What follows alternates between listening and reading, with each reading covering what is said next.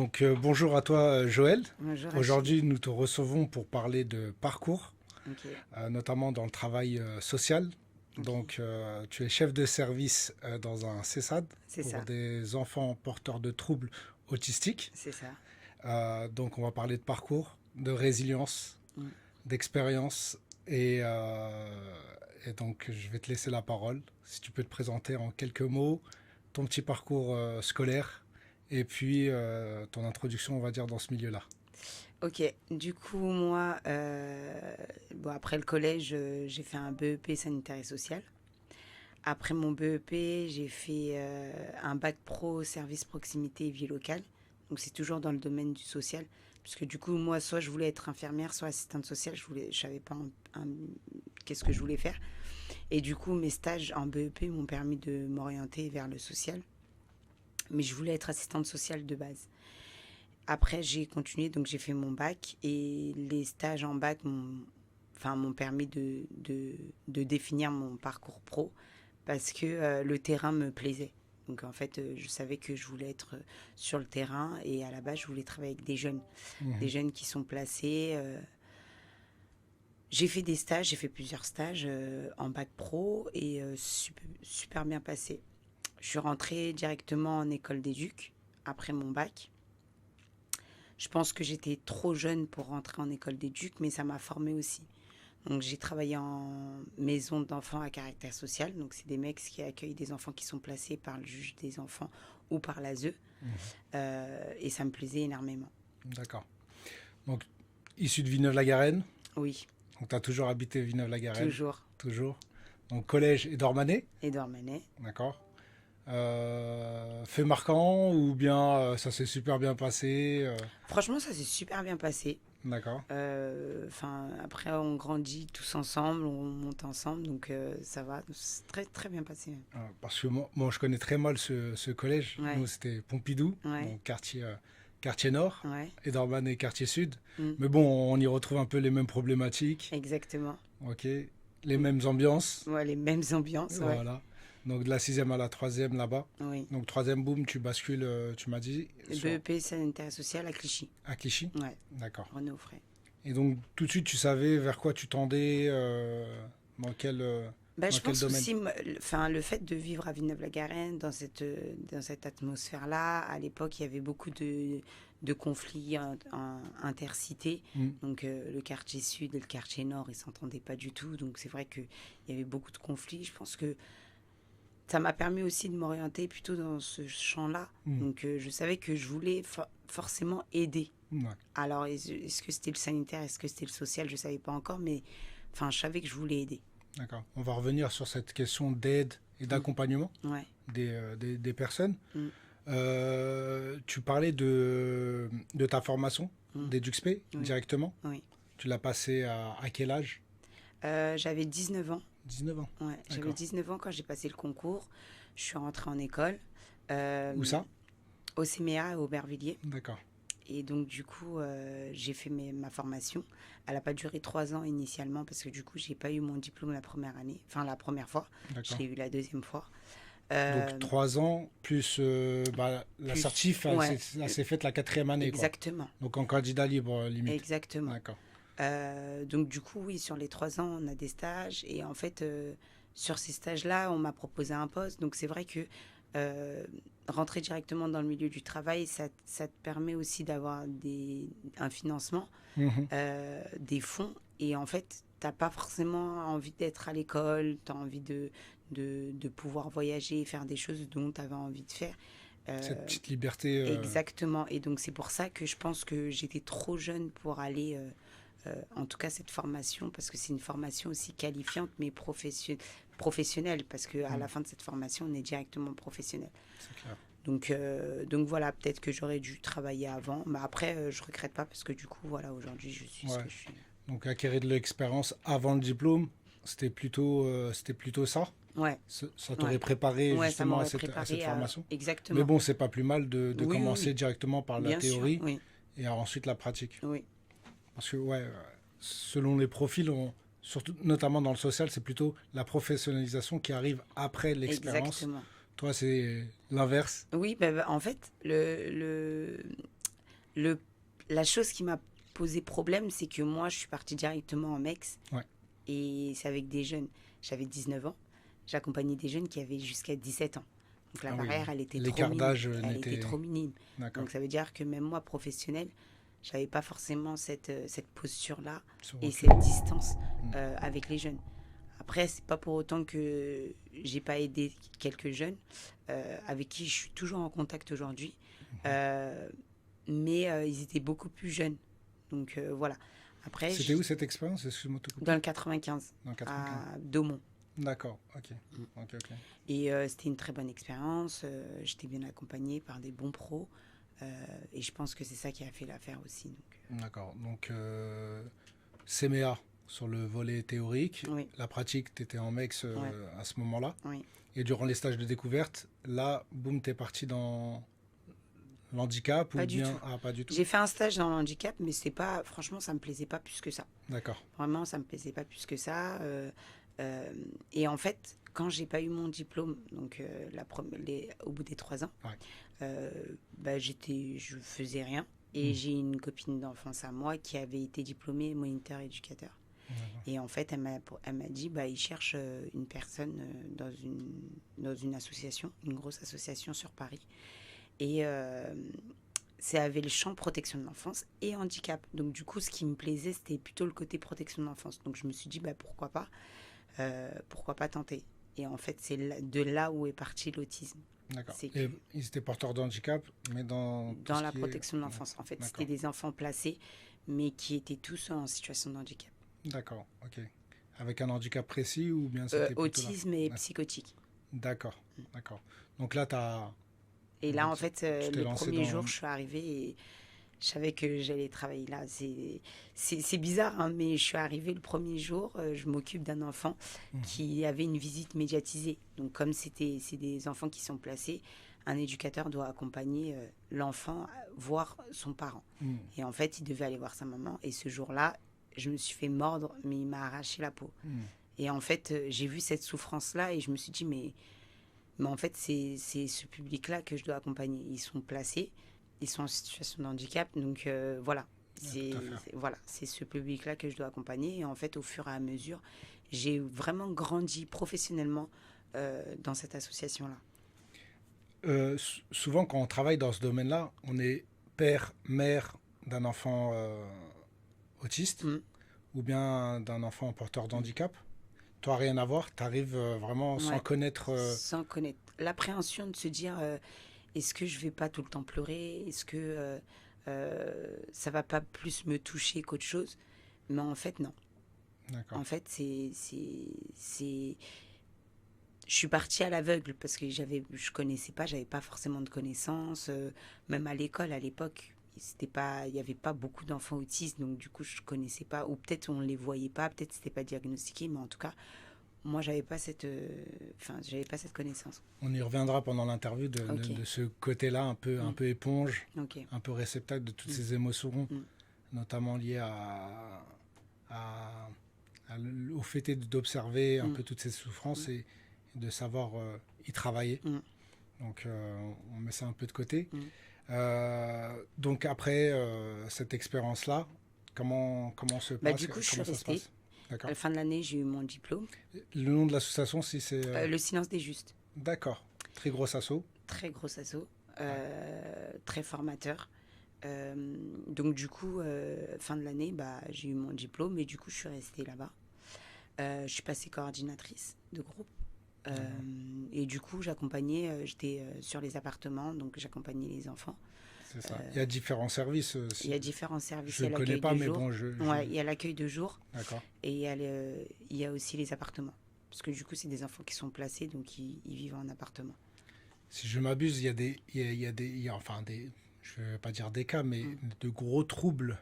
C'est les plus gros troubles, en tout cas, que c'est vraiment les enfants où les structures ne peuvent pas forcément les accueillir. Ouais. Et le directeur général qui a changé aujourd'hui, mais le créateur de cette association-là, c'est une personne qui a accueilli tout le monde. Donc en fait, lui, il n'avait pas forcément de regard sur les troubles du comportement que l'enfant pouvait avoir. Il l'accueillait parce qu'il fallait l'accueillir. Exactement. Il y a un film qui est qui est sorti, qui est oui. sorti. Mm. Tu as le titre? Hors norme. Hors norme, Mm. avec Vincent Cassel. Exactement. Je souhaite à tous les auditeurs de regarder C'est un ce film film incroyable. qui, ouais, très émouvant Mm. et qui rentre vraiment dans le détail, qui plonge vraiment dans la réalité de ce Exactement. que c'est un éducateur Exactement. et ce que c'est Faut savoir, d'accompagner. oui, faut savoir que Vincent Cassel, pour pouvoir, et Reda, je sais plus son nom de famille, mais ils sont venus en immersion. Ouais. Donc ils venaient souvent, soit à l'accueil de jour, soit dans les appartements, pour justement voir et vivre le quotidien des éducateurs, mais aussi des enfants. D'accord, se confronter à cette réalité-là pour pouvoir endosser le rôle Exactement. d'acteur. Exactement. D'accord. Ouais.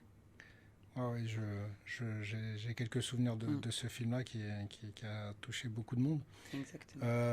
Donc vas-y, après ce petit parcours. Donc après, je suis restée, 5 ans, 5 ans quand même. Quand même. Et puis après, j'ai voulu quitter parce que bon, il y a des changements et puis les horaires aussi. Je suis devenue maman, donc c'était compliqué. C'était sur Paris. Donc du coup, je suis restée, je me suis mise au chômage pour m'occuper de ma fille. D'accord. Et en fait, à ce moment-là, je me suis demandé qu'est-ce que je pouvais faire pour ma ville. Une fois, et c'est important cette histoire-là, parce que je pense que c'est ça qui a fait ce que je suis aujourd'hui, en tout cas sur la ville de Villeneuve. Faut savoir que dans cette ville, il y a toujours eu des bonnes activités. Donc je venais régulièrement avec les enfants sur Villeneuve pour faire... il y avait l'été à croquer, donc du coup, voilà, c'est vrai qu'on participait beaucoup. Et j'ai rencontré une fille qui travaillait à l'été à croquer et du coup, qui m'a posé la question pour sa petite sœur, qui m'a demandé si on prenait des enfants autistes. Et j'ai expliqué que nous, c'était que des placements. Donc du coup, on ne les prenait pas à la journée. Et elle m'a dit, ah, c'est dommage parce que ma mère, elle est en recherche. Et j'ai dit, ah, ok. Et quelques temps plus tard, donc du coup, j'ai arrêté de travailler. Et en fait, cette question-là, elle a tourné dans ma tête et je me suis dit, c'est pas possible. Ne pas répondre à cette demande-là, ça t'a troublé. C'est pas possible. Ouais. Je suis formée à l'autisme. Ouais. Je suis éducatrice spécialisée. J'ai eu plein de formations grâce à ce premier travail, en tout cas. J'ai acquis beaucoup d'expérience.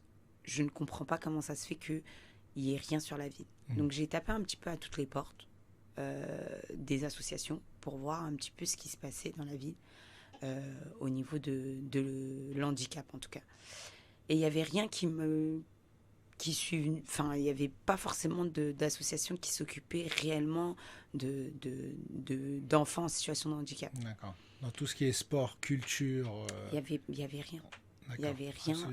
Non. Et puis, c'était plutôt de l'handicap physique. Et puis, c'est un domaine que je ne connais pas forcément. Donc, je ne peux pas m'avancer sur quelque chose que je ne connais pas. Donc, c'est de là où j'ai voulu créer une association. Donc, j'ai créé une association, mais essentiellement sur les enfants autistes. Parce que, et troubles du neurodéveloppement, parce que j'avais ces formations-là. J'ai créé cette association-là, et quand j'ai créé cette association-là, on m'a parlé d'une autre association, d'une maman qui a 2 enfants autistes, et du coup, je me suis mis en lien avec elle, mais j'avais déjà créé cette association-là. Donc du coup, je me suis dit, oui, voilà, je vais pouvoir aider, en tout cas, ces enfants de la ville, et pourquoi pas d'autres enfants. Et la première personne que j'ai aidée, c'est cette petite fille, dont sa grande sœur m'avait posé la question. Et du coup, c'est elle que j'ai aidée en premier. Et puis après, il y a eu d'autres enfants. Donc, l'enfant de la maman qui a créé une autre association. Et puis d'autres enfants qui sont arrivés. Et en fait, il y a eu tout un cheminement. Et en fait, cet enfant-là, ça a été le déclic. Parce qu'en fait, elle est arrivée. J'ai fait du bénévolat pendant un peu plus de 6 mois à l'école. Parce que la mère adjointe sortant en tout cas de l'éducation m'a permis de pouvoir rentrer sur les temps méridiens à l'école. Et donc du coup je m'occupais d'elle parce qu'elle avait des troubles du comportement et du coup j'essayais de travailler ces troubles du comportement et elle était beaucoup isolée. Donc je faisais en sorte qu'elle puisse jouer avec d'autres enfants de l'école. Et un jour il y avait une réunion sur l'équipe de suivi. Et il y avait une structure, il y avait un chef de service qui est arrivé. Et du coup, on s'est un peu effrité durant cette réunion-là. Et en sortant de cette réunion, il a appelé la maman et il a dit, bah, cette personne-là, je peux avoir ses coordonnées parce que je l'aimerais bien l'avoir dans mon équipe. D'accord. Et c'est de là où je suis arrivée, là où je travaille actuellement, en tant qu'éducatrice spécialisée. Et en D'accord. fait, anciennement, on était placé à Villeneuve-la-Garenne Ouais. et on a déménagé à Gennevilliers.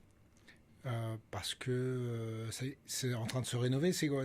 En fait, on était sur un terrain du département et en fait, le département a racheté, enfin, a vendu le terrain à une autre D'accord. association. Donc, du D'accord. coup, nous, on a déménagé pour acheter un autre terrain à nous. D'accord, magnifique. Mm. Donc de cette expérience-là, de ce fait, tu t'es senti responsable Ouais. d'apporter une réponse Exactement. et tu l'as apportée de la meilleure des manières dans Du moins, l'accompagnement j'ai de cet enfant. essayé et j'essaye toujours d'apporter une réponse, en tout cas, à ces enfants qui... D'accord. Mais où tu vas chercher cette énergie justement? Parce que beaucoup n'auraient vraiment, enfin, seraient rentrés Mm. dans le train-train quotidien de sa propre existence, de sa propre vie. Toi, Ouais. tu t'es dit, non, faut que j'y réponde. Je sais pas. Je sais pas. Pour moi, je sais pas, mais enfin, les mamans, elles me posent souvent la question parce que c'est vrai que elles sont motivées, mais quand elles rentrent, elles ont aussi ce quotidien-là avec leur enfant. Mais moi, je sais pas, c'est quelque chose que j'aime bien. Et puis, je trouve qu'ils m'apportent beaucoup, plus que je leur apporte. D'accord. Vraiment, c'est vraiment un bonheur d'être avec eux. Même quand ils sont en crise, c'est vraiment un bonheur. Parce que à la fin, il y a une finalité, en fait. Il y a vraiment une finalité, il y a un changement. Et, et c'est aussi enfin, le regard des autres que j'aimerais changer. Enfin, Mm. et je sais que j'en ai changé des regards. Ouais. Je suis sûre, enfin, j'en ai changé des regards parce que vraiment, c'est vraiment important d'avoir ce changement-là. Aujourd'hui, on a beaucoup d'enfants qui naissent et qui développent des troubles plus ou moins importants, mais ils développent des troubles et l'inconnu fait peur. Ouais. Donc du coup, c'est vrai que je pense que cette motivation-là aussi que j'ai de pouvoir accompagner ces personnes-là. Fait très important que tu disais, c'est le fait qu'on apprend beaucoup sur soi. Mm. Je dirais que ce public-là est un miroir, reflète beaucoup sa personnalité, sa façon de voir le monde, de voir Oui. l'autre, Mm. Oui, oui, oui. ce qui nous fait évoluer. Exactement. C'est des enfants éponges. Ouais. Donc toutes les émotions, ils les perçoivent pas comme nous on les perçoit. On arrive à contrôler nos émotions, eux non. Ça veut dire que si moi j'ai une émotion qui va être négative, l'enfant obligatoirement en face il va être négatif parce qu'il va D'accord. percevoir ce que moi je le sens pas. Juste une petite anecdote, j'étais enceinte de ma première fille, je ne savais pas encore que j'étais enceinte. Il y a un enfant qui est venu me voir et qui m'a dit bébé Joël. Et je lui ai dit mais c'est pas possible, c'est impossible. Ouais, J'étais avec une collègue, c'est impossible. ouais. Je suis partie faire un test de grossesse, j'étais enceinte. Mais j'étais choquée. Incroyable. Et en fait, Incroyable. c'est ça, c'est qu'ils ont une émotion, enfin, ils perçoivent les émotions chez les autres, ou même les changements de température. C'est pour ça que j'insiste vraiment sur le fait de ne pas avoir peur Mhm. ou de ne pas avoir d'appréhension parce qu'ils vont le sentir automatiquement. D'accord. D'accord. Donc, Donc dès le premier contact, être le plus naturel possible. exactement, c'est des enfants avant tout. Là, j'apprends avec toi. Hein, parce Oui, que, oui, mais c'est des enfants avant tout. parce que moi aussi, j'aimerais pas être en reconversion professionnelle, mais plutôt dans la recherche de stage, etc. J'aimerais bien travailler avec ce public-là. Avec plaisir. Mais vraiment, je pars sur de l'inconnu. Mm. Et je pense que beaucoup ont cette faiblesse Mm. de ne pas connaître ce public-là. Exactement. Surtout quand on n'a pas grandi avec un petit frère ou une petite Exactement. sœur ou un cousin, une cousine qui est porteur de handicap. Oui. Donc c'est souvent, ce côté professionnel, c'est un petit peu un cocon. Mm. Ils sont un petit peu dans l'entre-soi parce que ils ont, comment dire, de l'expérience personnelle Exactement. qu'ils appliquent sur le professionnel. Exactement. Et donc, moi, je regarde ça de très loin, mais j'aimerais bien, pourquoi Avec pas dans plaisir. les années à venir, essayer d'entrer et de voir enfin, mon rôle, savoir si je peux proposer quelque chose, mais vraiment tester. Hein. C'est vraiment... Après, si je me casse la gueule, je me casse la gueule, mais sans faire de dégâts. Oui. D'accord. Très très bien. Et donc, on peut passer à aujourd'hui. Tu es quoi? Tu fais quoi? Alors aujourd'hui, je suis chef de service Ce qui veut dire? Parce Alors, que chef de service, c'est... c'est vrai que c'est Ouais. large. Donc, du coup, moi, je gère deux structures. Donc, c'est une crèche qui est associée à un CESAD. Donc, en fait, c'est des éducateurs, moniteurs éducateurs, accompagnants éducatifs et social. Et après, on a des thérapeutes, des psychologues, des Dès psychomotriciens. quel âge? Les enfants, ils peuvent arriver à partir de 18 mois. D'accord. Euh, mais généralement, ils arrivent à 2 ans et demi, 3 ans. Donc, détecter dès cet âge-là, Oui, avec des... D'accord. des troubles. Et du coup, ils nous sont orientés. Et donc là, on a le plus grand, il est en quatrième. Donc du coup, Juste une petite parenthèse. Comment on détecte quel aspect faut voir parce que en tant que père Mm. de famille, Mm.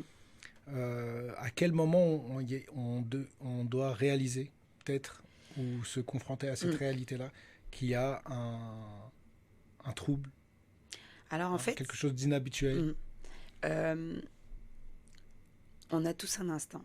Ouais. Paternel, maternel, on Mais l'a. souvent, cet instinct est trompeur. Il n'est pas du tout trompeur. Les D'accord. parents le sachent. Ils le savent, pardon. D'accord. Ils le savent.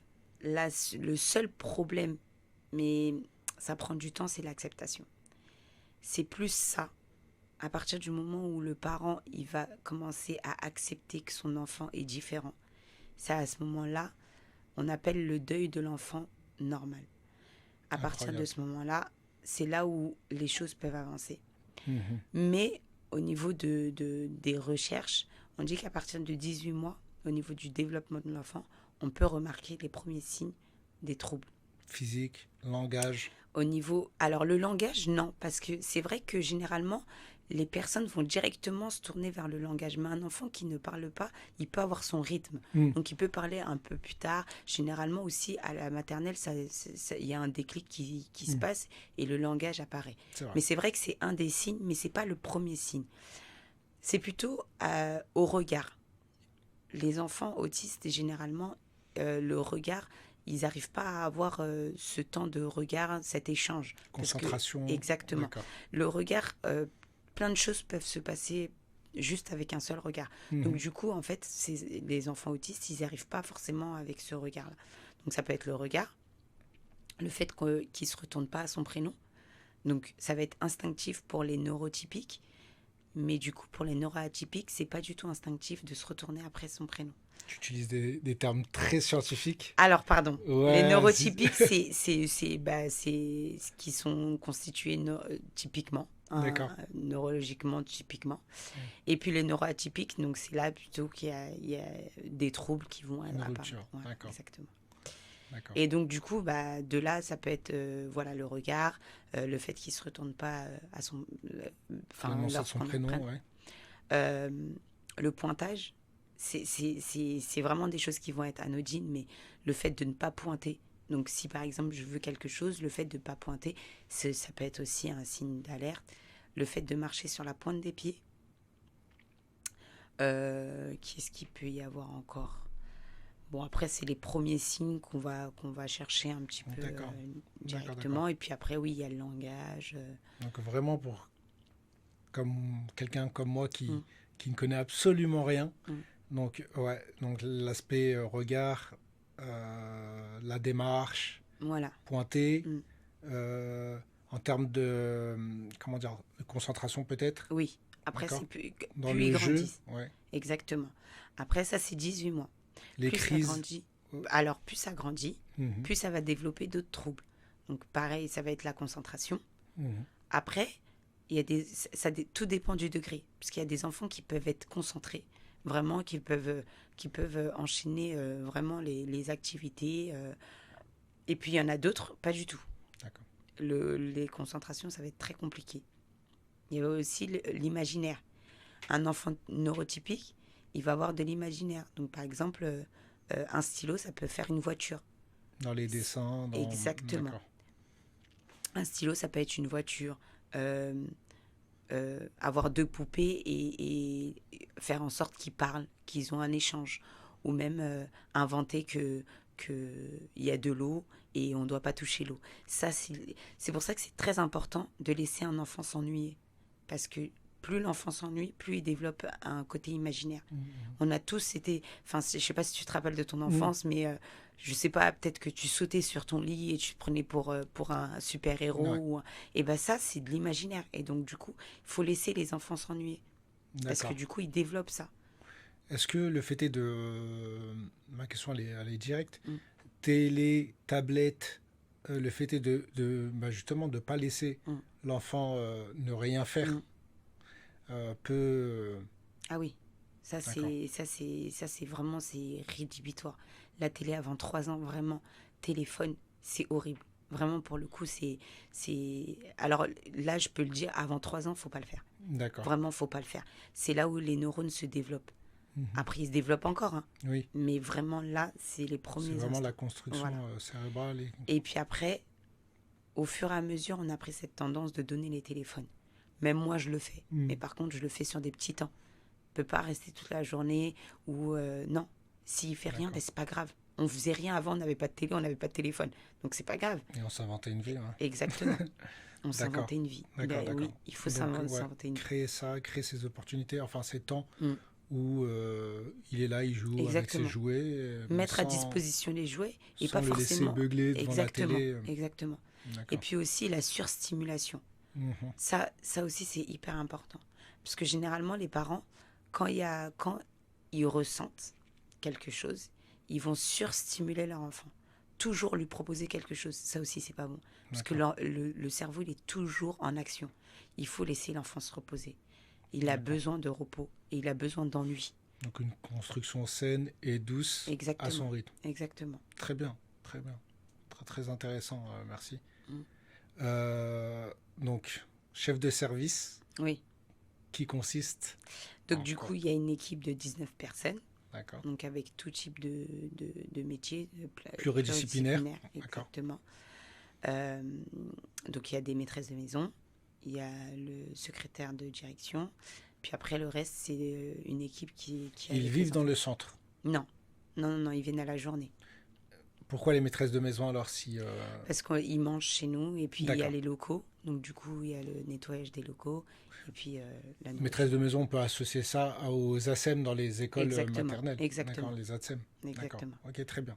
Je vois plus. Et donc, du coup, donc c'est plutôt le management, l'organisation. Et puis, Administratif, quoi. exactement. Les notes et compagnie. Exactement. D'accord.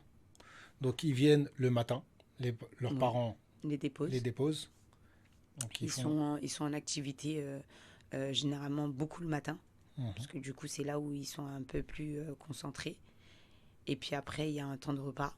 Donc les éducateurs mangent avec les enfants. Moi Ouais. aussi, je mange avec les enfants. Et puis après, il y a un temps calme. Mhm. Et après, il y a des activités extérieures. D'accord. On parle de quelle tranche d'âge là? Là, on parle de la tranche d'âge de 18 mois jusqu'à 6 ans. D'accord. Après, il y a une autre tranche d'âge où soit ils ont des gros troubles du comportement et ils sont dans nos locaux, soit ils peuvent être accueillis à l'école. Et du coup, c'est les éducateurs qui se déplacent Qui se déplacent. directement D'accord. à l'école. Ok, très bien. Donc, ils suivent comment dire, leur classe parmi d'autres enfants, ceux qui arrivent à sortir. Oui, Enfin, oui. Après, il y a des dispositifs qui sont aussi mis en place par l'Éducation nationale, exactement. donc des classes Ulysse, Mhm. où les enfants là sont détachés dans une classe avec un nombre réduit d'enfants, où là ils peuvent soit reprendre ce qui n'a pas été compris en classe d'intégration, soit faire autre chose. D'accord. Mm. D'accord. Donc, programme spécial Exactement. pour un Les- public identifié. Exactement. D'accord. Ok.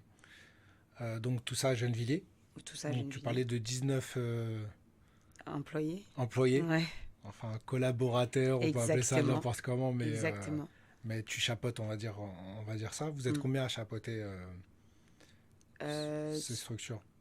Alors moi je suis la N+1 à Gennevilliers. Mm. Puis il y a une directrice qui a 4 établissements, donc du coup elle est là qu'une demi-journée par semaine. D'accord. Et puis après il y a le directeur général, puisqu'on est une grosse association aussi située dans le 95. Donc, du Comment coup, elle s'appelle cette association? Le Mutuel La Mayotte. D'accord. Je connais pas. En fait on est plutôt axé sur des ITEP. Donc ça Ouais. les ITEP c'est plutôt pour les jeunes qui ont des gros troubles du comportement. Et puis, un petit peu d'enfants en situation de handicap. Donc, il y a des IME, et puis nous, le CESAD. Donc, jusqu'à quel âge? Excuse-moi. Au sein de ma structure, Ouais. 20 ans. Normalement, 20 ans, mais sur l'extérieur. Pour les D'accord. enfants qui sont sur l'extérieur. Et après 20 ans, qu'est-ce qu'on fait? Très bonne question. On les réoriente. Mais généralement, on les réoriente plus tôt. Beaucoup plus tôt. Parce qu'en fait, il faut savoir que nous, on est une structure où on a un seul établissement, on a un seul lieu. Il n'y a que des portes qui nous séparent. Donc, comme on accueille des enfants qui ont entre 18 mois et 6 ans, on ne peut pas accueillir Bah oui, des bien pré-ados ou sûr. des ados. C'est trop compliqué. Mm. Parce qu'il y a plein d'autres choses qui rentrent en compte. Et ça, pour les gérer, c'est d'autres étapes, d'autres complications. Donc, du coup, on les suit plutôt sur l'extérieur. Donc des références sur chaque tranche d'âge peut-être, Oui, histoire d'avoir une oui, tête, un oui. référent. Alors, chaque enfant a son référent. Donc, les référents peuvent avoir plusieurs enfants en référence. Et puis, on a... C'est comment ça se passe? C'est du un pour un? Non. Non. D'accord. Non, ça... par contre, au silence des justes, c'est du 1 Oui, pour 1 c'est parce que pour ça c'est que je pose la du cas question. complexe. D'accord. Mais là, non. Généralement, ça tourne. On a 15 enfants à la journée. 15 enfants à la journée pour 5 éducateurs, on va dire. Selon 5. les roulements, selon Ouais, les congés, exactement. les maladies. D'accord. Exactement. Donc, ils peuvent suivre donc l'école primaire, élémentaire, Oui. puis le collège. Nous, on fait crèche, maternelle, élémentaire D'accord. et collège. Collège, ils vont dans un collège. Oui, on en a 2 collèges et ils sont dans un collège normal. D'accord. En classe spécialisée ou bien ils peuvent Oui, intégrer. oui, D'accord. mais ils ont une classe d'intégration. D'accord. Mm. Le nom de la classe? Ulysse. D'accord. Une Ulysse. classe Ulysse. D'accord. Mais du coup, après, ils vont dans leur classe. Généralement, les collégiens, enfin, les 2 collégiens qu'on a, c'est des collégiens qui sont assez. Qui arrivent beaucoup à s'adapter. Donc, du coup, ils sont souvent dans leur classe d'intégration. D'accord. D'accord. Très bien. Mm. Et tu parlais d'activités. Oui. Qu'est-ce qu'un éducateur met en place justement pour. Pas pour les occuper, bien sûr, hein, Mm. mais vraiment essayer de développer certaines choses, travailler avec eux, bosser avec eux, essayer de constater ou de faire un constat déjà et d'évoluer par la suite. Bah, en fait, nous, ça dépend du projet personnalisé de l'enfant. D'accord. Donc, en fait, à l'arrivée de l'enfant, on a 6 mois pour un petit peu évaluer un petit peu l'enfant, voir les priorités sur lesquelles on va travailler avec la famille. Donc, parfois, la famille peut avoir une demande sur la concentration, sur le pointage, sur l'hygiène. Donc, voilà. Donc, ça va être les premiers axes généralement. Donc, du coup, en fait, ce qui va se passer, c'est qu'avec plusieurs méthodes d'accompagnement, puisqu'on a une supervision aussi sur les différentes méthodes d'accompagnement, on peut mettre en place des accompagnements qui vont être spécifiques à chaque enfant. Généralement, si on prend le cas de la concentration, les enfants, tous, sont sur table au moins 30 minutes par jour. D'accord. C'est petit, mais c'est énorme pour eux. Donc, du coup, en fait, on travaille sur ça. L'hygiène, énormément l'hygiène aussi. Et puis le pointage ou un moyen de communication. Parce que je vais te couper. Par exemple, sur l'hygiène, comment on communique? Comment on essaie de faire passer... Il y a différentes manières. Ouais. Donc, il y a soit les pictogrammes. Justement, je voulais parler Donc, de ça. c'est des images. D'accord. Donc, on communique avec l'enfant via des pictogrammes. Exactement. Ou il y a le makaton. Donc, c'est un dérivé de la langue des signes. En fait, c'est la langue des signes, mais en beaucoup plus simplifié. D'accord. Ce qui est bien aujourd'hui, c'est qu'en crèche directement, ils apprennent ça aux enfants. Et puis, il y a certains instituteurs aussi qui apprennent aux enfants dès la maternelle. Pourquoi cet outil? Parce qu'ils ont pas acquis la parole? Oui, exactement. Il y a des D'accord. enfants qui sont non-verbaux et du coup, on communique directement avec ces outils-là. Puis après, il y a des tablettes aussi. D'accord. Donc les tablettes, c'est des tablettes communicatives, donc c'est pas du tout pour regarder YouTube ou quoi que ce soit. C'est vraiment pour communiquer. D'accord. Et puis voilà. Donc c'est comme ça, on arrive à communiquer avec les enfants et à leur expliquer. Puis après, il y a les emplois du temps. Ils connaissent leur emploi du temps visuel, bien évidemment, où là, ils savent ce qu'ils vont faire tout au long de la journée. D'accord. Et sur cette quinzaine d'enfants, donc sur les individualités, les singularités. Comment on fait pour bosser avec un éventail de comportements, de personnalités et de capacités, positifs ou négatifs, peu importe, ou un temps d'évolution, de concentration différent. Comment on fait pour bosser avec tout ça? Il faut savoir que je ne sais pas si c'est la meilleure, mais j'ai une très bonne équipe. D'accord. Franchement, on a une très bonne équipe et on est sur la même ligne. On va sur la même direction et on pense les mêmes choses. On arrive à travailler sur le fait que l'enfant, dès qu'il rentre, il rentre parce que c'est un enfant. On ne regarde pas du tout les particularités. On va bien évidemment prendre les objectifs en compte, mais en fait, on les met en tant qu'enfant. Donc du coup, en fait, chaque enfant, même s'il a une particularité différente d'un autre, ben, ça sera la même chose. Donc, ils ont à peu près le même roulement à chaque fois. C'est vrai que ce qui est compliqué, c'est l'adaptation. Parce qu'un enfant, nous, les enfants, ils rentrent n'importe quand dans l'année. Donc, dès qu'il va rentrer, il faut qu'il s'adapte directement au changement. Donc, à la maison, il mange debout. Nous, il n'y a personne qui mange debout. Ils prennent le pli très rapidement.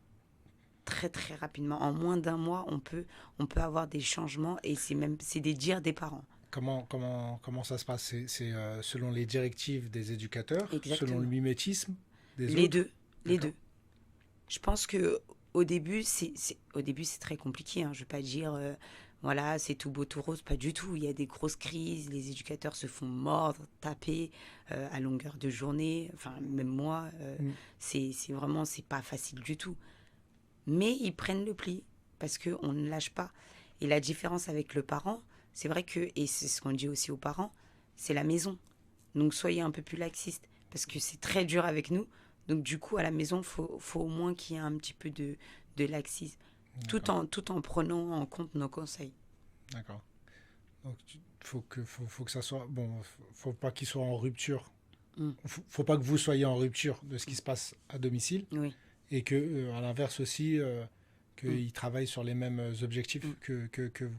D'accord. Oui. Donc, après, nous, notre mission première aussi, c'est qu'on intervient dans tous les lieux de vie de l'enfant. Donc, école, centre de loisirs, domicile, parc, n'importe où.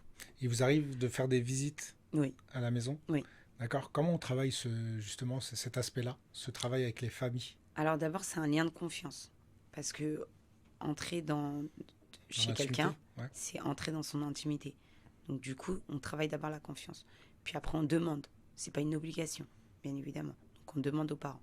À partir du moment où il y a cette confiance et on rentre dans le domicile, c'est vrai que là, l'enfant déjà, lui, il voit qu'il y a une concordance entre là où je vais la journée et là où je rentre le soir. Donc en fait, ils se connaissent.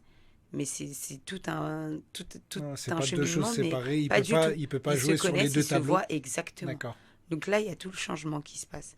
C'est pour ça qu'on intervient aussi à l'école, pour qu'ils voient qu'on est partout, en fait. D'accord. Et donc, du coup, à partir du moment où on rentre, c'est vrai que les familles, généralement, ça se passe très bien.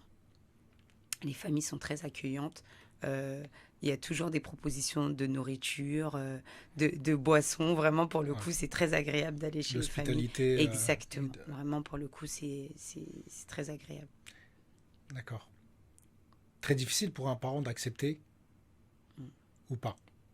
D'accepter cet étranger qui va venir prendre un petit peu la place, le rôle, ou bien vous êtes une soupape pour ces familles. C'est-à-dire que vous... Ça dépend. D'accord. Ça dépend. Mais généralement, c'est vraiment un souffle. On se dit, oh là là, enfin. Enfin de l'aide. Enfin, il y a quelqu'un qui nous regarde autrement. Enfin, on peut être ouvert face à des personnes qui nous comprennent.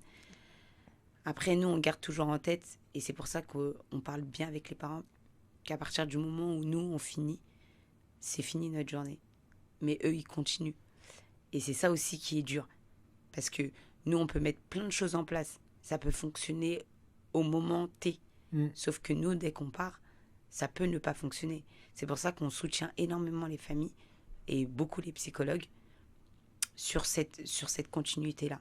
Donc vous les placez au centre de l'accompagnement totalement. D'accord. C'est notre premier partenaire. Ok. Donc pas de concurrence, pas de... Non, pas du tout. Pas Pas du d'aspect, tout. Pas du tout. pas de jugement. Pas du tout. Alors là, pas du tout. Et puis on leur explique, on ne prend pas leur place. C'est vraiment papa, maman. C'est la famille avant tout. Ouais, c'est une chance, un plus pour Exactement. l'enfant. L'objectif, c'est l'enfant. Exactement. D'accord. Donc ça fait appel à la notion de bienveillance. Est-ce que tu peux en toucher deux mots? Bien Parce sûr. que sur un accompagnement, Oui. c'est pas une opposition à la malveillance. Non. Mais malheureusement, les institutions aujourd'hui, par manque de moyens financiers, humains et beaucoup de choses, ou bien des gens qui sont mal formés, Oui. peuvent être une nuisance Oui. pour l'évolution de l'enfant, voire pire. Est-ce que tu peux... Mais quand je parle d'équipe, je parle d'équipe sur le terrain, mais aussi équipe de direction. Parce qu'il faut savoir que j'ai une directrice et un directeur général qui sont très investis sur l'accompagnement des enfants et qui ne mettraient pas l'enfant en difficulté. D'accord. Même pour des financements, même pour n'importe quoi, ils ne mettraient pas du tout les enfants qu'on accueille en tout cas en difficulté. Donc ça, c'est important. Les formations. Les professionnels, ils ont des formations sur la bientraitance tous les ans. Parce que c'est vrai que parfois, puis il y a les douces violences aussi. Exactement. Il y a des choses qu'on peut faire qui nous paraissent anodines, mais qui sont vraiment pas je dirais pas maltraitantes, mais qui ne sont pas dans le respect de l'accompagnement, en tout cas de la personne qu'on accompagne. Donc tu parles de brimade. Oui. Je parle de un exemple. Je parle de toi. Je parle de toi avec une autre personne, mais sans t'inclure dans la conversation. C'est pas possible. Je peux pas parler de toi. Alors si je peux parler de toi, mais en te regardant, en te respectant, parce que tu es quand même une personne. Donc du coup, si je parle de toi, je te regarde. Donc, d'où l'importance d'avoir une équipe de confiance, Exactement. de professionnels. Exactement. Et il y a des choses, mais on le fait pas exprès. Hein. Les surnoms. On peut avoir un chouchou, bien évidemment, on est humain. On travaille avec l'humain, donc on peut avoir un chouchou. Donc on va avoir tendance à changer son prénom ou l'appeler. Si le parent a un prénom qu'il emploie à la maison qui est différent et nous donne l'accord d'utiliser ce prénom, là, il n'y a pas de problème. D'accord. Mais si, par exemple, on change le prénom d'un enfant, c'est vrai que c'est quand même... c'est pas correct. C'est pas anecdotique de dire ça, parce que dans les institutions... Oui, oui, beaucoup. Comment dire? On exprime beaucoup... on s'exprime beaucoup avec de l'humour. Oui. Oui. Mais on voit pas le mal derrière, Non. mais ça fait des dégâts. Exactement. Donc tu parles de ça? Oui, D'accord. totalement. Totalement. Puis en plus... c'est de l'humour qui... Enfin, ça charrie autour du physique. Oui. C'est des surnoms Oui. qui... Oui, totalement, tout le temps. qui définissent... Et à l'école. D'accord. Et à l'école aussi. Les enfants sont assez méchants quand même. Je suis d'accord avec toi. Donc nous, les adultes, essayons de faire attention quand même. De couper avec ça. Exactement. Ouais. De pas... La garde des boutons, c'est bien avec les enfants, mais bon, l'adulte doit s'en... Exactement. D'accord. Puis nous, en tant qu'adultes, en tant que parents, en tant que tante ou oncle, en tant qu'amis, on doit aussi sensibiliser. Dire, ouais, attention, ou après, il ne faut pas dire, on ne peut pas ne pas rigoler, voilà. Ah Puis, non, mais on d'être sait conscient pas, que voilà. ça peut engendrer certaines choses. Exactement. Et même si on n'est pas conscient d'expliquer à un éducateur que c'est pas bien, tout simplement. Exactement. C'est très difficile à accepter quand on n'en a pas conscience. Ouais. Ouais, Si tu c'est vois, très compliqué parce que moi-même, combien de fois j'ai... Moi aussi, j'aime bien délirer, j'ai beaucoup d'humour, je charrie beaucoup. Beaucoup. Bon, mais avec les parents, on rigole beaucoup. Ça désamorce beaucoup de situations. Bien sûr, énormément par contre. Ouais. Énormément. Moi, avec les parents, je rigole énormément. Mais voilà. Après, il faut sentir à quel moment on peut le faire et à quel moment on ne le fait pas. D'accord. Cette sensibilité. Exactement. Donc, on revenait sur la bienveillance, le bien... Ouais, la bienveillance, bah oui. Faire attention, puis même, on est cadrant tout en étant bienveillant. Donc, faut savoir aussi que l'accompagnement d'enfants autistes non verbaux, c'est compliqué. Parce que du coup, quand il rentre, il ne peut pas dire à maman ou papa qu'est-ce qui s'est passé dans la journée. Voilà. Donc du coup, c'est pour ça qu'on met un point d'honneur à ça aussi. Parce que du coup, on ne veut pas, on veut que l'enfant, quand il parte ou quand il vienne, il a envie de venir. Donc du coup, on fait attention aussi à ça. Je comprends. Je comprends. Donc on parlait du rôle de la famille et de cette approche-là, de cette relation qu'on a qui est primordiale. Sur les transmissions, ça l'est aussi. Oui. Donc je pense qu'il y a une transmission qui est faite. Oui, tous les soirs. D'accord, tous les soirs. Tous les soirs, il y a un cahier de transmission. Puis aussi, on a une plateforme où on communique avec les parents, on met des photos, des vidéos, on échange avec les parents. Comment ça se passe quand ça, justement, il y a l'enfant, je dirais pas il s'est mal comporté parce que c'est pas de sa faute, mais il y a eu de gros soucis lors de la journée. Tu parlais de se faire mordre, ça peut être des tirages, beaucoup de choses. Ouais, y a plein de on choses. a raconté des vertes et des pas mûres. Mais comment on fait réaliser à un enfant qui ne comprend pas, qui s'exprime de cette manière-là, que c'est pas, je dirais pas normal, mais que c'est pas autorisé? Ah bah on lui explique, on lui dit clairement, on lui dit non, c'est interdit. Et puis on met des choses en place. Donc généralement c'est parce qu'il y a une frustration. Il se lève pas pour taper, pas du tout. Il y a toujours une frustration. Donc on analyse d'abord le comportement problème. Donc qu'est-ce qui s'est passé? D'accord. Donc avant. L'action. Exactement. Le pendant, qu'est-ce qu'il a fait? Donc est-ce qu'il a mordu? Est-ce qu'il a tapé? Est-ce qu'il a griffé?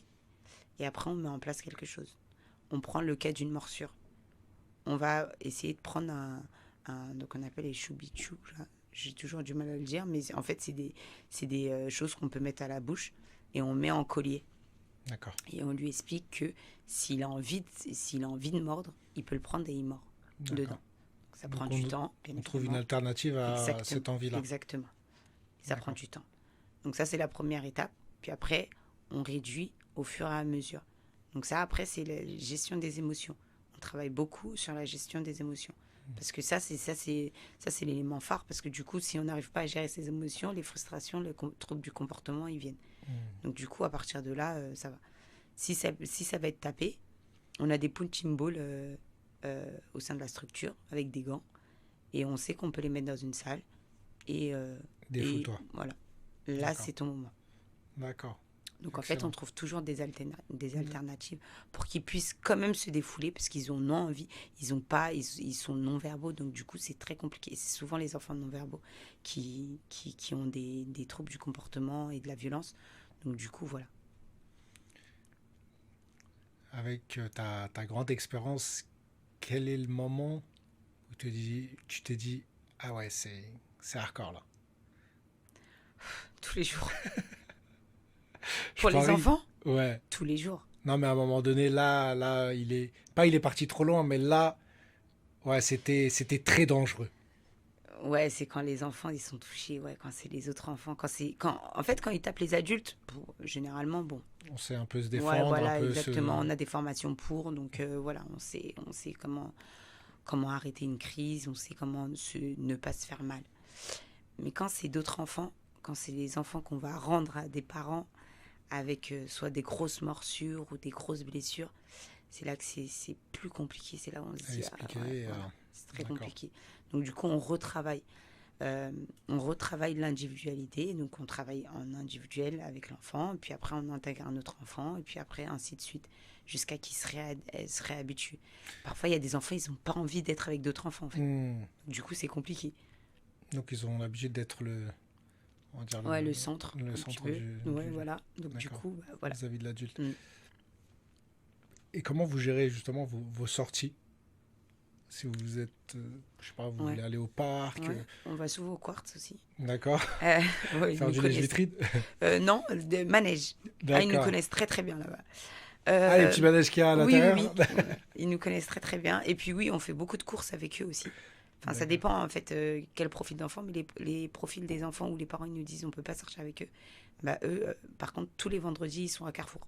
Tous d'accord. les vendredis ils font des courses pour tout et n'importe quoi, mais en tout cas ils font des courses à Action, Primark, les gros magasins, parce qu'on aimerait que ces parents ils arrivent à aller à Primark avec leurs enfants.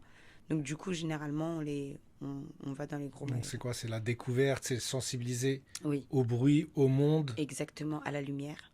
au nom aussi, parce que ça veut peut-être tout acheter. Oui, oui, oui. Non, généralement, non. Après, oui, on a beaucoup de pickpockets. hmm, Mais après, on va payer, hein. Bien évidemment, on va payer. euh, Mais d'accord. quand on le voit après. Ah, Donc, d'accord, du vol à voilà. l'étalage, d'accord. Ouais, Oui, oui, mais exactement. c'est Ouais, valable ouais. avec tous les enfants, Ouais, ça. ouais. Oui, c'est vrai, c'est vrai. Mais eux, là, c'est. Mais waouh! Parfois, on ressort avec des choses, on se dit, mais c'est pas possible. Puis, enfin, bref. Mais en tout cas, comme c'est pas du un pour un, c'est vrai qu'on attend d'abord d'avoir. Donc le vigile est compréhensible. Franchement, oui. Ouais, Mais après, je je vois. pense qu'ils nous connaissent beaucoup. On est là toutes les semaines. Toutes les Ouais, semaines, ouais, ils savent on que sort s'il avec y a nos un enfants. truc. Dans les restaurants, on va manger au restaurant. Parce que ça aussi, ça peut être très compliqué. On n'est pas du un pour un. Mais du coup, en fait, on travaille d'abord sur l'extérieur, à côté de la structure. Puis après, au fur et à mesure, on va juste dans le centre commercial. On ressort. Juste une petite Mm, parenthèse, quand vous sortez justement, s'il y a une crise ou mm, gérer 4, 5 mm, enfants autistes, comment on fait vis-à-vis du regard des autres? Parce que mm, souvent, le mm, regard est bienveillant. mm. Il y a des gens qui sont compatissants limite à Ouais. votre Mm, à ce côté mm, humain que les éducateurs ont. mm. D'autres le sont totalement pas, Pas du tout. ne comprennent pas déjà Ouais. Ouais. comment ça se fait qu'ils sortent Ouais. déjà et qu'ils viennent polluer notre champ de vision. Moi, je sais que enfin, en tout cas pour les éducateurs, c'est pas le regard des autres, c'est pas un problème. Vraiment, c'est pas un problème parce que on sait ce qu'on fait, on sait gérer. Ça peut nous échapper, on n'arrive pas, voilà, on mettra pas les autres en danger, on mettra pas l'enfant en danger. Vraiment, on essaye vraiment de gérer. Et puis on le sent.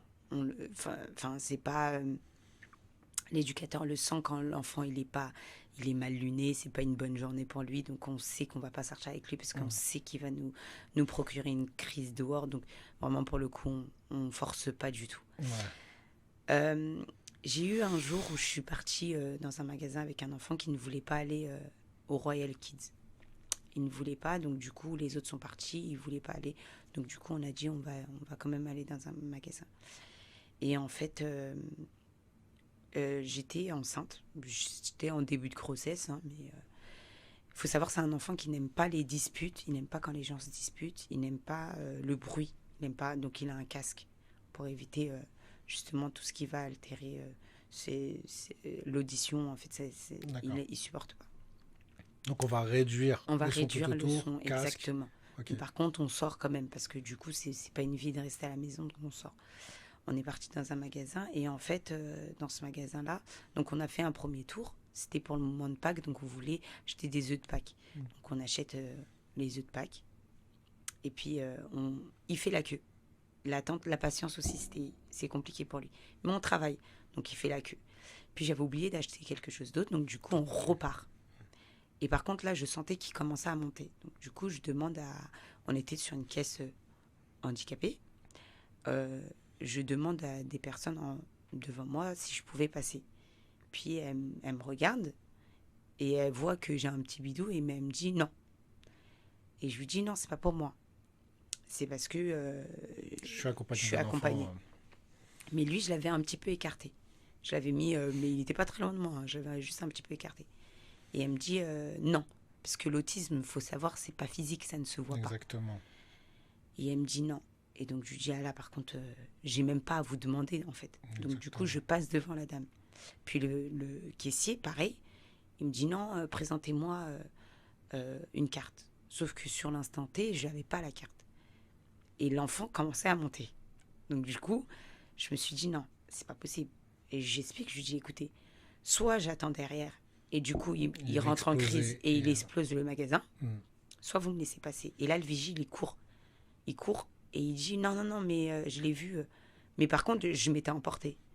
Et en fait, là, ce moment-là, je l'ai très, très mal vécu.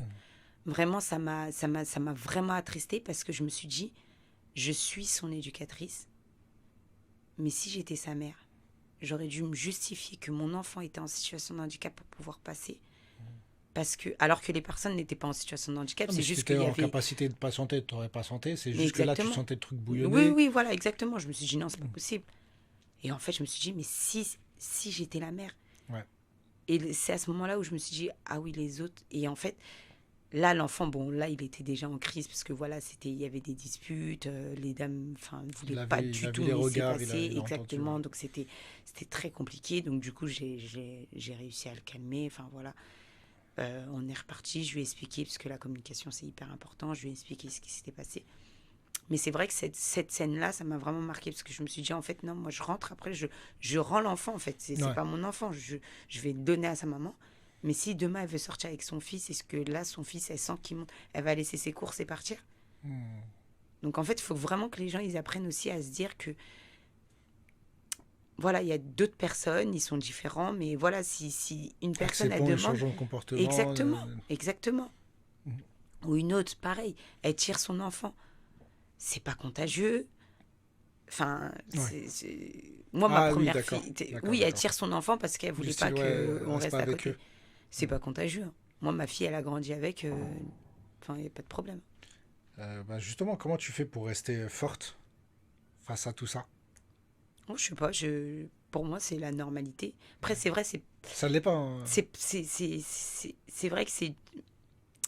Je pourrais pas l'expliquer. Sincèrement, moi, je ne vois pas le. Peut-être parce que je suis habituée, je sais pas. Mais dans le sens forte vis-à-vis des autres, mais forte aussi vis-à-vis de toi-même. Parce que dans une vie, voilà, c'est en dents de scie. Oui, bien sûr, bien Il sûr. y a des moments de découragement. Ouais. Euh, Ouais, c'est décourageant quand on n'arrive pas à trouver des solutions pour des enfants, ça c'est décourageant. Comment on fait pour remettre le pied à l'étrier, Bon, on pour essaie. repartir? Je sais pas. Je sais pas. Bon, on continue de travailler. D'accord. On continue de travailler. Sincèrement, on continue de Ouais, travailler. on n'y réfléchit pas, on y Ouais, non, on retourne. continue de travailler. D'accord. Donc je vais revenir sur la maltraitance cette fois-ci. Mm. Tu as dû croiser malheureusement des enfants qui ont été maltraités, que ce soit dans leur cellule familiale ou bien dans les institutions. Comment on réagit face à ça? La question est directe. Ouais. Parce que il n'y a pas de nuance à avoir pour moi face à la maltraitance. Comment on reçoit ça? Au niveau des institutions, c'est vrai que, en tout cas là où je suis, hein, c'est très cadré. Donc généralement, il y a, enfin, s'il y a, parce que sincèrement, avec là où je travaille, je n'ai pas eu ce souci-là, donc je ne vais pas inventer. Je sais que auparavant, il y a déjà eu des faits où on a dû faire intervenir les forces de l'ordre. Donc la police, elle a intervenu. Il y a eu des dépôts de plainte pour des éducateurs. Je parle bien pour des éducateurs. Donc du coup, là directement, il y a même pas à discuter. Hein, c'est directement. Puis il faut avoir une équipe, je dirais pas courageuse, mais si quand même. Parce que du coup, il y a cette peur de dénoncer quelqu'un. Mais ça se fait. Parce qu'à partir du moment où tu sais pourquoi tu viens travailler, ça se fait. Au niveau des familles, généralement, il y a des informations préoccupantes qui sont lancées. Mais il faut dire la vérité, elles ne sont pas tout le temps prises en compte. Tu peux expliquer ce que c'est une information préoccupante? C'est un courrier qu'on adresse à l'ARS, à l'Agence régionale de santé, pour prévenir d'un cas de maltraitance ou en tout cas de quelque chose, d'une information de préoccupant.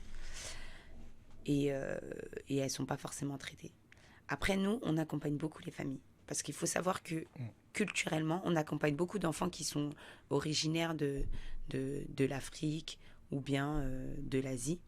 D'accord. Oui. Et culturellement, ils savent pas faire. Ils connaissent pas. Donc du coup, en fait, c'est ça aussi. C'est accompagner aussi la famille. C'est pas directement... certes, c'est des cas de maltraitance. Hein, mais si on accompagne, on peut changer la façon d'accompagner. Et Je pour le comprends. coup, on l'a fait avec beaucoup de parents. Donc, Est-ce que tu as un exemple? un exemple, une famille originaire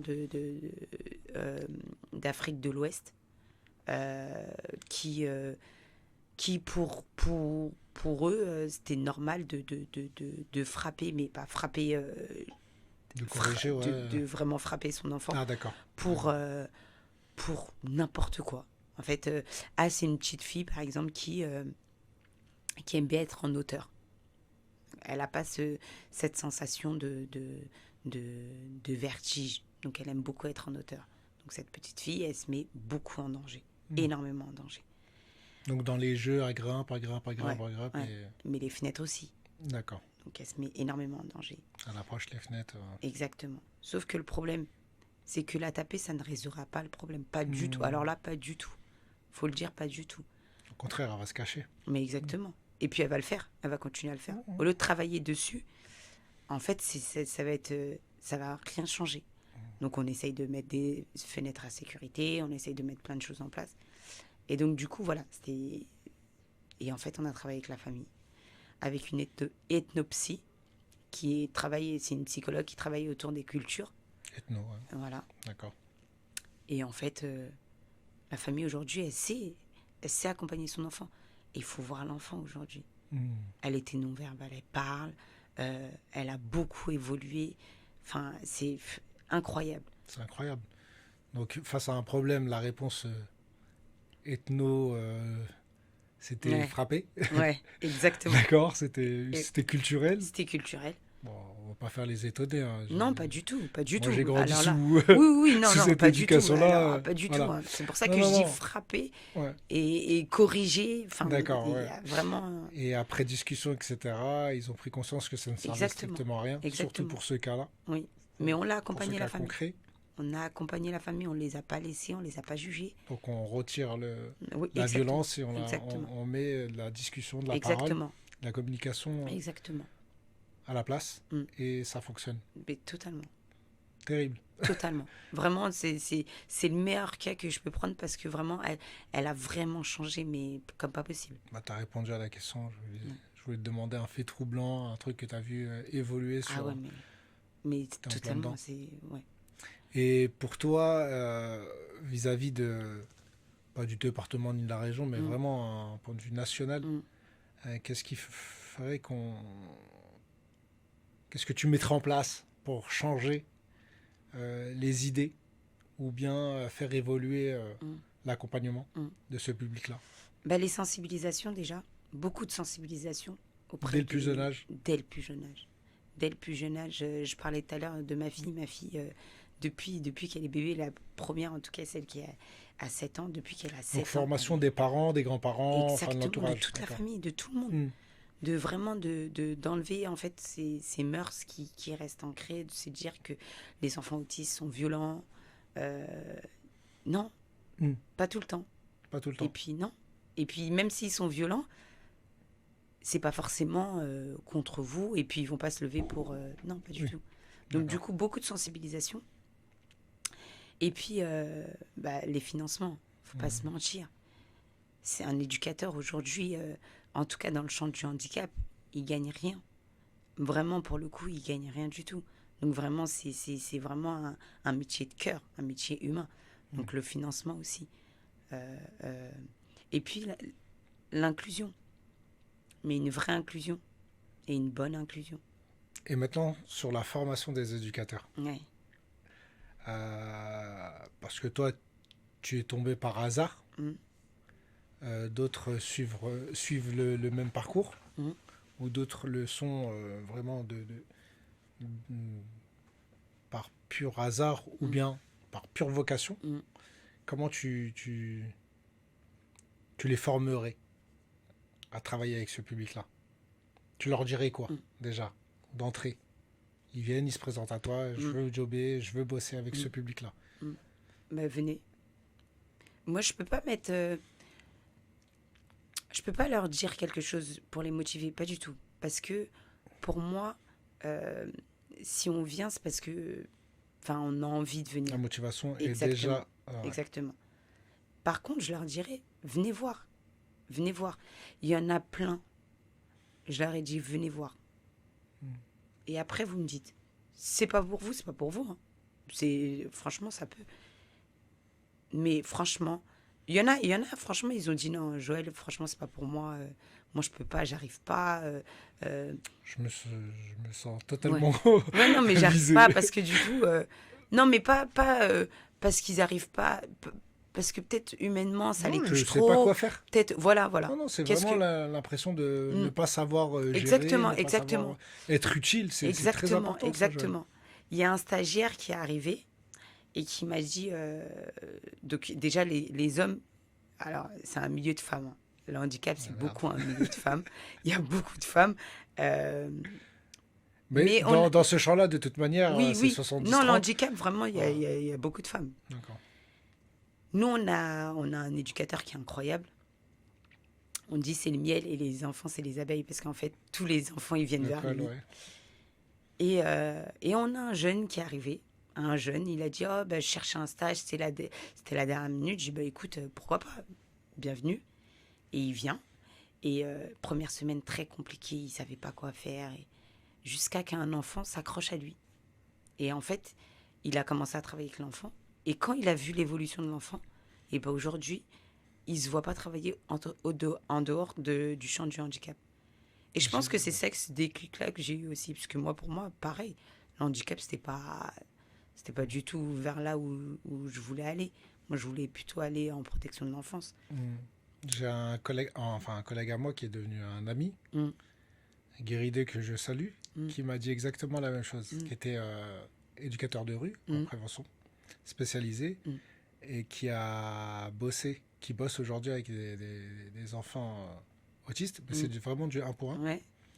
Et il m'a dit plus jamais, c'est ça. je repartirai de... Ils sont vraiment, comment dire, servir à quelque chose. Exactement. C'est vraiment Exactement. Il y a une reconnaissance, mais vous pouvez même pas imaginer. Hein. Une reconnaissance incroyable, un sourire, un câlin. C'est incroyable. Sincèrement, c'est incroyable. Moi, j'aime beaucoup mon métier. Mais c'est parce que tu donnes pour mieux recevoir. Il y a aussi cet échange-là. Bien sûr, mais moi, j'aime recevoir un sourire, j'aime recevoir un câlin. Oui, mais bon, tu le rends, oui, enfin. Exactement. Ouais, mais tu l'as donné juste avant. Mais bien sûr. D'accord. Mais vraiment, non. Mais après, il y a une bonne évolution. Et puis après, eux, ils m'apprennent. Hein. Ils m'apprennent, ils m'impressionnent aussi. Il y a des enfants, on va à la piscine première fois, ils nagent comme pas possible. On rentre, on dit aux parents, vous allez à la piscine? Ils disent non, c'est des mamans voilées, donc ils vont pas à la piscine. Personne va à la piscine. Ouais. Comment l'enfant, il a fait pour nager? On ne sait pas. Le vélo, pareil. Des enfants, ils savent lire, on ne sait même pas comment ils ont appris à lire.